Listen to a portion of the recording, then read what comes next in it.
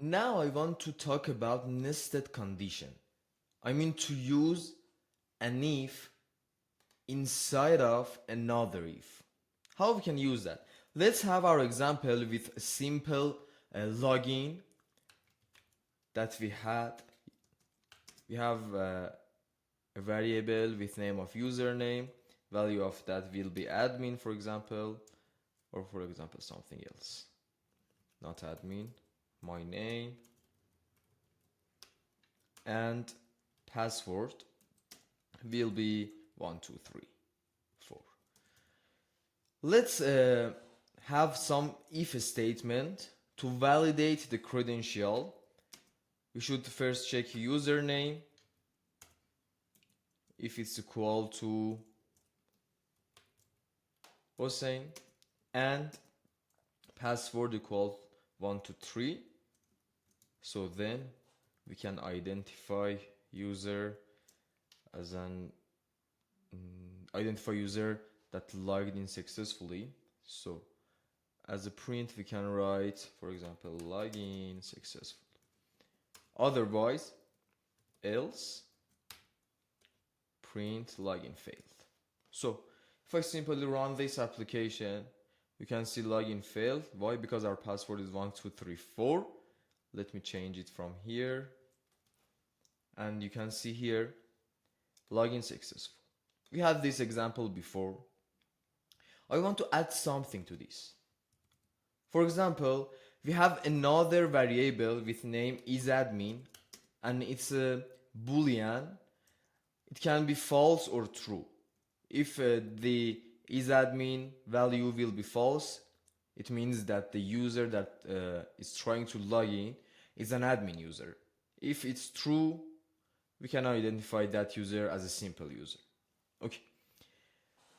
We want to print something depend on when user is admin or is not. How we can handle that? We can simply write here if is admin and then print something.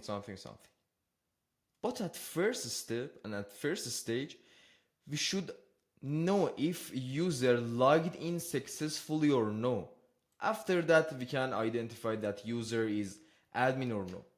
So here, in this if statement, after we understand that the username and password is correct, we can check that value.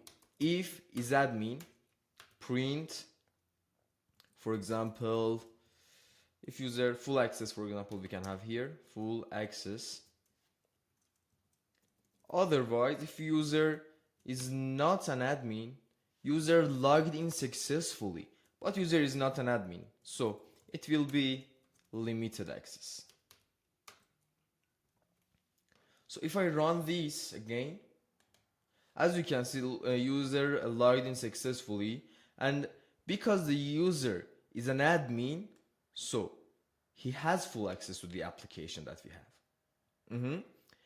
Why I don't write anything else here? For example, like this.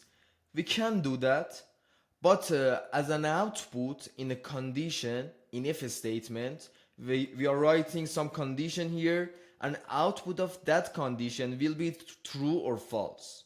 So when we have boolean here and the value of that will be true or false, we don't need to write something like this. It doesn't have any different. We can have that. As you can see, I add this and we will see the same output. But we can also remove this. So if the user is not admin, what will happen? It will say login successful, but you have limited access. Okay, it's something simple example that we have. Let's go and have another example. Let me comment these lines. Let's have a variable with name score, and value of that will be, for example, 92. So I want to write some if score greater or equal to 60, it means print you pass the exam, for example, something like this. Okay, otherwise If less than 60, we can have else here, print you failed. It's something about the score. If a score more than 60, more than or equal, you pass the exam. Otherwise, if it's less than, it means you failed the exam. Okay. Now I want to know, after user pass an exam, I want to understand if the score is more than 90 or something like that. So in first step, we should understand user passed the exam or no. So if user passed the exam, I want to check something else. So we should write that here.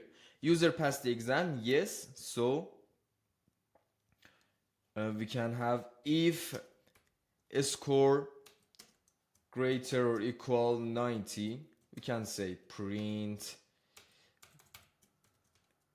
excellent, and else if a score is greater or equal than 75, we can say print good job